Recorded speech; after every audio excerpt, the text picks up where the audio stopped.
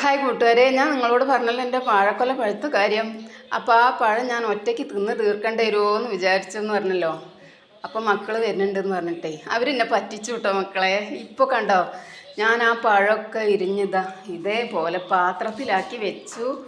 പിന്നെ ബാക്കി കുറച്ച് ഒരു 10 പഴം എടുത്തിട്ട് ഇങ്ങനെ ഒരു പലഹാരം ഉണ്ടാക്കി. കുറച്ച് പഴം ഇവിടെ അടുത്തുള്ളവർക്കൊക്കെ കൊടുക്കുക. ബാക്കി പലഹാരം ഉണ്ടാക്കി വെച്ചാൽ വേണ്ടപ്പോൾ കഴിക്കാമല്ലോ എന്നും കരുതിട്ടോ. അത് ഉണ്ടാക്കി അടുപ്പത്തുനിന്ന് ഇങ്ങോട്ട് വാങ്ങി ഇറക്കിയപ്പോൾ ഇതാ ഒരു കോള് വരുന്നു. വരുന്നു ഞങ്ങൾ പുറപ്പെട്ടു എന്ന് പറഞ്ഞിട്ട്. തിന്നാൻ ഭാഗ്യമുള്ള ഒരു മക്കളെ ഇതാണ്ടോ വന്ന പാടെ അപ്പു പഴം എടുത്തു കണ്ടോ. ഓൻ വരവും പഴം എടുത്ത് കഴിക്കലും കഴിഞ്ഞു. ഇത്രയേ ഉള്ളൂ, നമുക്ക് വരാൻ വിചാരിച്ച ഒരു വഴി തങ്ങില്ലല്ലോ എന്ന പോലെ പലഹാരം ഉണ്ടാക്കി. അപ്പോൾ ഈ പലഹാരം എങ്ങനെ ഉണ്ടാക്കിയെന്നറിയോ? ഒരു 10 പഴവും ഒരച്ച് ശർക്കരയും ഒരു ഏലക്കായി ഒരു നുള്ളു ജീരകം കേട്ടോ ഇതിലേക്ക് ചേർത്തത്. ഞാൻ അങ്ങനെ കുറച്ച് അരിപ്പൊടി, അപ്പോൾ ഒരു അര ഗ്ലാസ് അരിപ്പൊടിയും 10 പഴവും ഒരു ഏലക്കായി കുറച്ച് ഒരു നുള്ളു ജീരകം കൂടി ഇട്ട് വെറുതെ ഒരു തട്ടിക്കൂട്ട് പലഹാരം ഉണ്ടാക്കിയതാണ്.